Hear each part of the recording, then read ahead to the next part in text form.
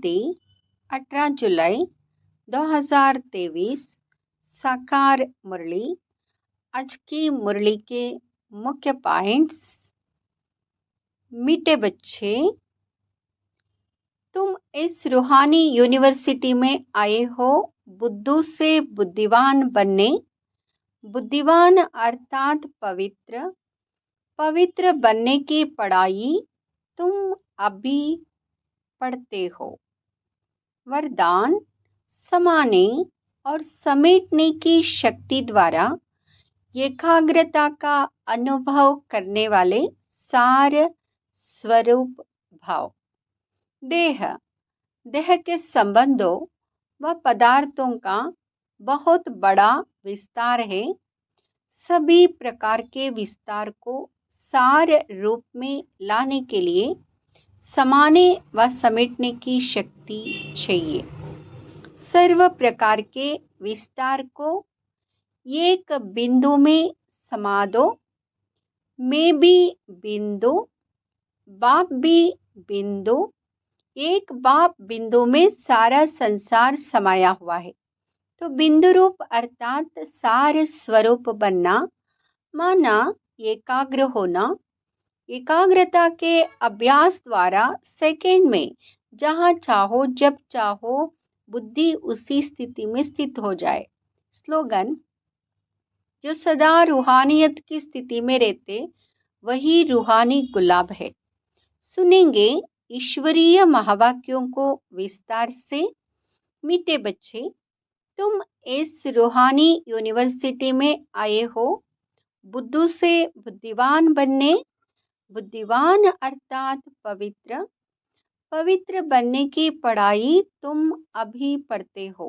प्रश्न, बुद्धिवान बच्चों की मुख्य निशानी सुनाओ। उत्तर, बुद्धिवान बच्चे ज्ञान में सदा रमण करते रहेंगे। उन्हें मौलाई मस्ती चढ़ी हुई होगी। उनकी बुद्धि में सारे सृष्टि चक्र की नॉलेज रहती। नशा रहता कि हमारा बाबा हमारे लिए परमधाम से आया हुआ है। हम उनके साथ परमधाम में रहते थे। हमारा बाबा ज्ञान का सागर है। हम अभी मास्टर ज्ञान सागर बने हैं। हमें वह मुक्ति जीवन मुक्ति का वर्षा देने आए हैं। गीत, कौन आया मेरे मन के द्वारे। ओम शांति। जीव की आत्मा जानती है कि हमारा परमपिता परमात्मा हमको सम्मुख पढ़ा रहे हैं, वह राजयोग सिखला रहे हैं। तो जैसे कि यह ईश्वरीय यूनिवर्सिटी ठहरी। यूनिवर्सिटी इसको क्यों कहते हैं? ऐसे नहीं, और जो भी सब यूनिवर्सिटीज़ है वह यूनिवर्स के लिए है नहीं। जैसे विलायत में यूनिवर्सिटी है, परंतु वहाँ है गोरे, तो काले लोगों को आने के अलाउ नहीं करते हैं, तो वह यूनिवर्स के लिए तो ठहरी नहीं, तो उनको यूनिवर्सिटी नहीं कहेंगे। यहाँ तुम बच्चे जानते हो यह सच्ची सच्ची ईश्वरीय यूनिवर्सिटी है, परंतु कोई भी समझ नहीं सकते क्योंकि बुद्धू है। बुद्धू को बुद्धिवान बाप ही बनाते हैं। मनुष्य बुद्धिवान के आगे माथा झुकाते हैं। देवी देवताओं को, सन्यासियों आदि को माथा झुकाते हैं।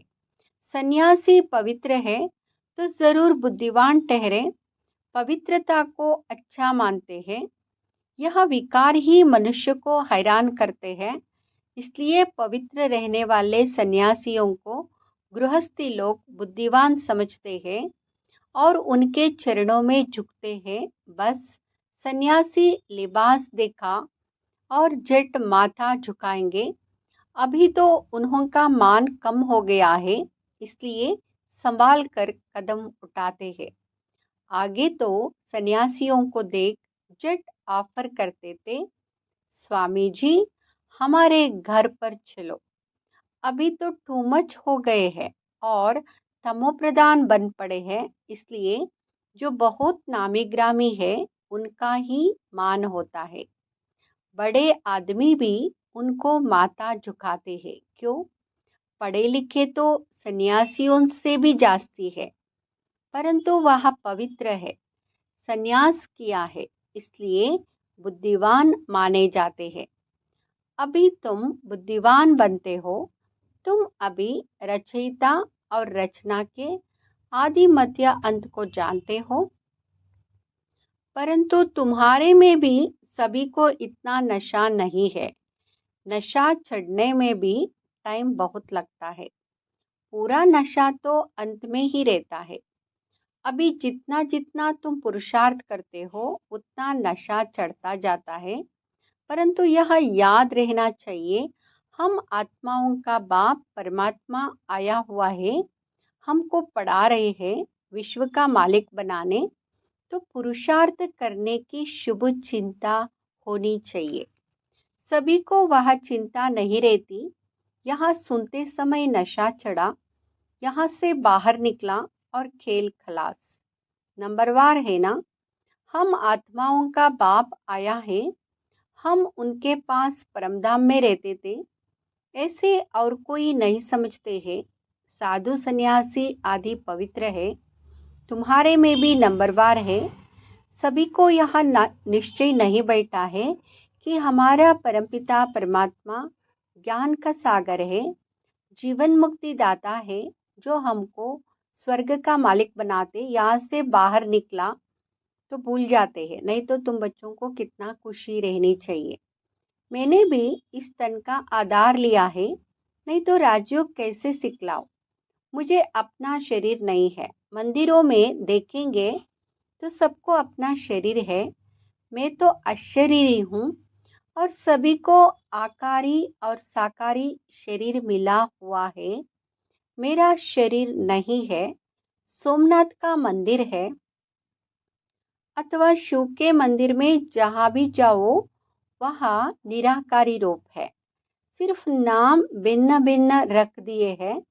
यह तो जानते हो, आत्मा परमधाम से आती है, भिन्न भिन्न शरीर धारण कर पाठ बजाती है। मैं इस 84 के चक्र में नहीं आता हूँ। मैं हूँ परमधाम में रहने वाला, इस शरीर में आया हूँ। तुम कहेंगे निराकार फिर कैसे आते हैं? हाँ, आ सकते हैं। तुम लोग पितृ खिलाते हो तो आत्मा आती है ना, शरीर तो नहीं आता। आत्मा प्रवेश करती है, समझते हैं। आत्मा दूसरे शरीर में प्रवेश करती है। कोई तो भूत की आत्माएं बहुत चंचल होती है, पत्थर आदि मारती है। आत्मा शरीर में आती है तब कुछ कर सकती है, उसे गोस्ट कहते हैं। अशुद्ध आत्माएं भी प्रवेश करती है। तुम बच्चों को अनुभव है कि कैसे अशुद्ध आत्माएं भटकती है जब तक उनको अपना शरीर मिले। शुद्ध आत्माएं भी आती है, यह भी ड्रामा में नोंद है। जो कुछ पास हुआ ड्रामा का खेल है। बाप समझाते हैं, मैं आकर साधारण बूढ़े तन में प्रवेश करता हूँ। जरूर अनुभवी का शरीर चाहिए ना। ब्रह्मा का नाम मशहूर है, ब्रह्मा की राय भी मशहूर है। ब्रह्मा को फिर कहाँ से राय मिली? ब्रह्मा है शिव बाबा का बच्चा, तो उनकी है श्रीमत, तो ज़रूर मुख्य श्रीमत ब्रह्मा की होनी चाहिए, जिसमें बाप प्रवेश करते हैं। भारतवासी इन बातों को नहीं जानते, वह तो समझते हैं सब एक ही एक है। श्री कृष्ण शिव आदि सब एक ही है। श्री कृष्ण को महात्मा योगेश्वर कहते, परंतु क्यों कहते हैं यह तो समझते नहीं। श्री कृष्ण की आत्मा अभी ईश्वर द्वारा योग सीख योगेश्वर बन रही है। कितना गुप्त राज है। मनुष्य तो कह देते परमात्मा नाम रूप से न्यारा है, उनका शरीर है नहीं। परंतु तुम तो कहते हो सोमनाथ का मंदिर शिव के अवतरण का यादगार है। जरूर कल्प पहले शिव बाबा आया हुआ था, अब आया हुआ है, फिर द्वापर से शिवरात्रि मनाते हैं। बाप बैठ समझाते हैं, तुम आत्माएं परमधाम से आई हो पाठ बजाने। आत्मा अविनाशी है, इसमें 84 जन्मों का पाठ भरा हुआ है। जैसे बाप पुराने शरीर में आए हैं, वैसे तुम भी पुराने शरीर में हो। बाबा इस पुराने शरीर से लिबरेट कर नया देते हैं। युक्ति बतलाते हैं कि कौड़ी तुल्य से हीरे तुल्य कैसे बनो। गाते भी है माशुक एक है। बाप कहते, मैं परमधाम का रहवासी हूँ, तुम भी परमधाम में रहने वाले हो। मैं पुराने ते पुराने शरीर में आया हूँ, तुम्हारा भी 84 जन्मों के अंत का यह पतित तन है। तुम भी अपने को आत्मा समझो। हमने 84 जन्म भोग पूरे किए हैं। अभी फिर नई दुनिया में हमको नया शरीर मिलेगा, तो कितनी खुशी में रहना चाहिए। नंबरवार है, कोई तो बिल्कुल ही डल हेड है। माया ने बिल्कुल ही पत्थर बुद्धि बना दिया है। जैसे गर्म तवे पर पानी डालो तो बिल्कुल ही सूख जाएगा, ऐसे तत्ते तवे है। अरे तुम अपने को सिर्फ आत्मा बाप की संतान समझो। वह भी नहीं समझते। अगर समझते तो आश्चर्यवत भागंती क्यों हो जाते। माया बड़ी जबरदस्त है। कोई गफलत की माया थप्पड़ मार देगी। अरे बाबा आया है वर्षा देने, फिर भी तुम भिखारी बनते हो। बड़ा जबरदस्त थप्पड़ लगाती है। बाप तो थप्पड़ नहीं मारेंगे, माया थप्पड़ मार मुंह फेर देती है। ऐसे बहुत माया के थप्पड़ खाते रहते हैं। माया भी कहती, तुम बाप को याद नहीं करते हो तो मैं मारती हूँ। माया को हुक्म मिला हुआ है, बुद्धिहीन को बुद्धिवान बनाना है, तो क्यों नहीं सर्विस करते हो। क्या अब तक माया के मोचरे खाते रहना है। बहुत मोचरा खाते रहते। कोई को क्रोध का, कोई को मोह का मोचरा। बाप कहते, तुम सब कुछ सरेंडर कर ट्रस्टी हो रहो। विकार भी दान में दे दिया, फिर काम में क्यों लाते हो। विकारों का तो कोई रूप नहीं है। धन के लिए कहेंगे ट्रस्टी हो रहो, भल काम में लगाना, परंतु बहुत संभाल से, बाप की श्रीमत से। पैसे से कोई ऐसा विकर्म नहीं करना, नहीं तो उनका बोझा सारा तुम्हारे सिर पर चढ़ेगा। माया बड़ी तमोप्रधान है, वह भी जानती है यह बाप को ठीक रीति याद नहीं करते हैं, इसलिए मारो इनको गुस्सा।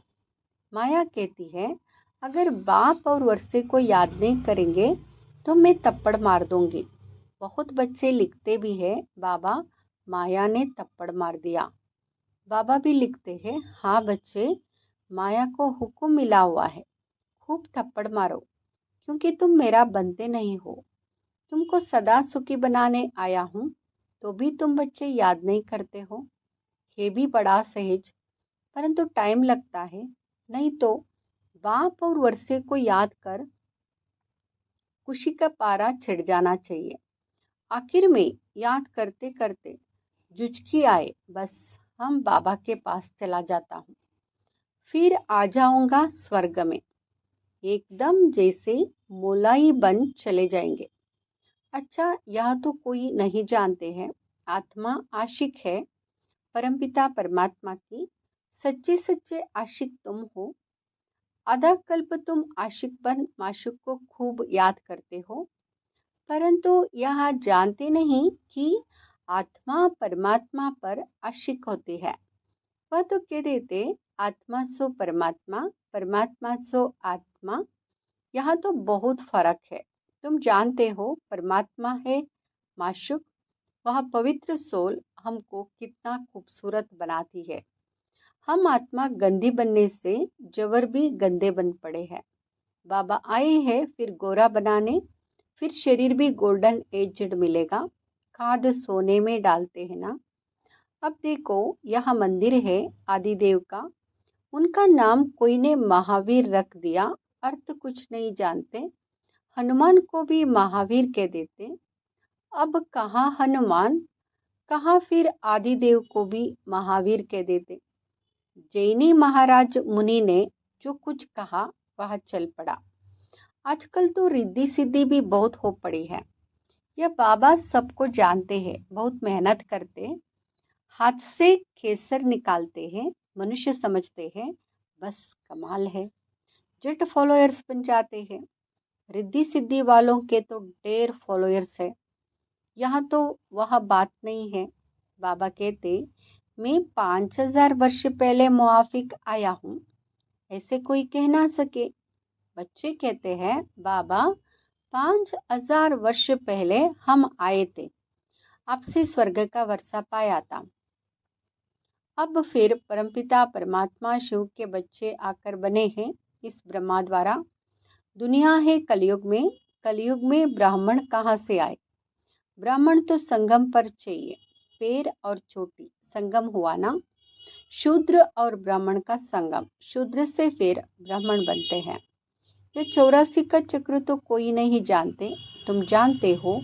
हम ब्राह्मण हैं, ब्रह्मा की औलाद प्रैक्टिकल में बने हैं। उन ब्राह्मणों को तुम कह सकते हो, तुम ब्राह्मण अपने को ब्रह्मा की औलाद कहलाते हो। अच्छा, ब्रह्मा का बाप कौन है बता नहीं सकेंगे, डिब्बी में टिकरी, बस हम ब्राह्मण ही भगवान हैं। तुम सब भगत थे, अब कहते हो हम लक्ष्मी को वरने लायक बन रहे हैं। इसमें पुरुषार्थ चलता है, समझो। हम परमधाम से आए हैं, अभी बाबा फिर वापस ले जाने के लिए आए हैं। हम भी ब्रह्मांड के मालिक हैं, बाबा भी पुराने तन में आए हैं, हम भी पुराने तन में हैं। बाप कहते हमको भी पुराना तन लेना पड़ता है। अब मुझ बाप को याद करो तो विकर्म विनाश होंगे। टाइम भी देते हैं, पांडव गवर्नमेंट की सर्विस कम से कम 8 घंटा होनी चाहिए। राजयोग सिखलाना है, शंख ध्वनि करनी है। तुम श्रीमत से भारत को काश और दुनिया को आम स्वर्ग बनाते हो। स्वर्ग में सिर्फ तुम आते हो और धर्म वाले नहीं आते। ब्राह्मण, देवता, क्षत्रिय, वैश्य, शूद्र, इसको विराट स्वरूप कहा जाता है। एक विराट रूप का भी चित्र बनाना चाहिए जो मनुष्यों को सहज समझने में आए। विष्णु को विराट स्वरूप में ले आए हैं, चित्र तो जरूर चाहिए ना। स्कूल में भी चित्र रखते हैं ना, नहीं तो बच्चा क्या जाने हाथी क्या होता है, चित्रों पर दिखाते हैं। तो यह भी 4 युग है। अब कलयुग है, जरूर चक्र फिरेगा। ब्राह्मण ब्राह्मण तो संगम पर होते हैं, बाकी है जिस्मानी ब्राह्मण पंडे। वह ब्रह्मा मुखवंशावली नहीं है। ब्रह्मा मुखवंशावली को तो दादे से वर्षा मिलता है, उन ब्राह्मणों को वर्षा कहाँ मिलता। इन बातों को तो तुम्हारे में भी नंबरवार समझ सकते हैं। अच्छा, मीठे मीठे सिकिलते बच्चों प्रति माता पिता बाप दादा का याद, प्यार और गुड मॉर्निंग। रूहानी बाप की रूहानी बच्चों को नमस्ते। हम रूहानी बच्चों की रूहानी माता पिता बाप दादा को याद, प्यार, गुड मॉर्निंग और नमस्ते। शुक्रिया बाबा, शुक्रिया। धारणा के लिए मुख्य सार। धारणा के लिए मुख्य सार, फर्स्ट बुद्धि से सब कुछ सरेंडर कर ट्रस्टी हो रहना है। बहुत संभाल से श्रीमत प्रमाण हर कार्य करना है। दूसरा, बाबा और वर्षे को याद कर अपार खुशी का अनुभव करना है। बाबा की याद में मौलाई बन जाना है।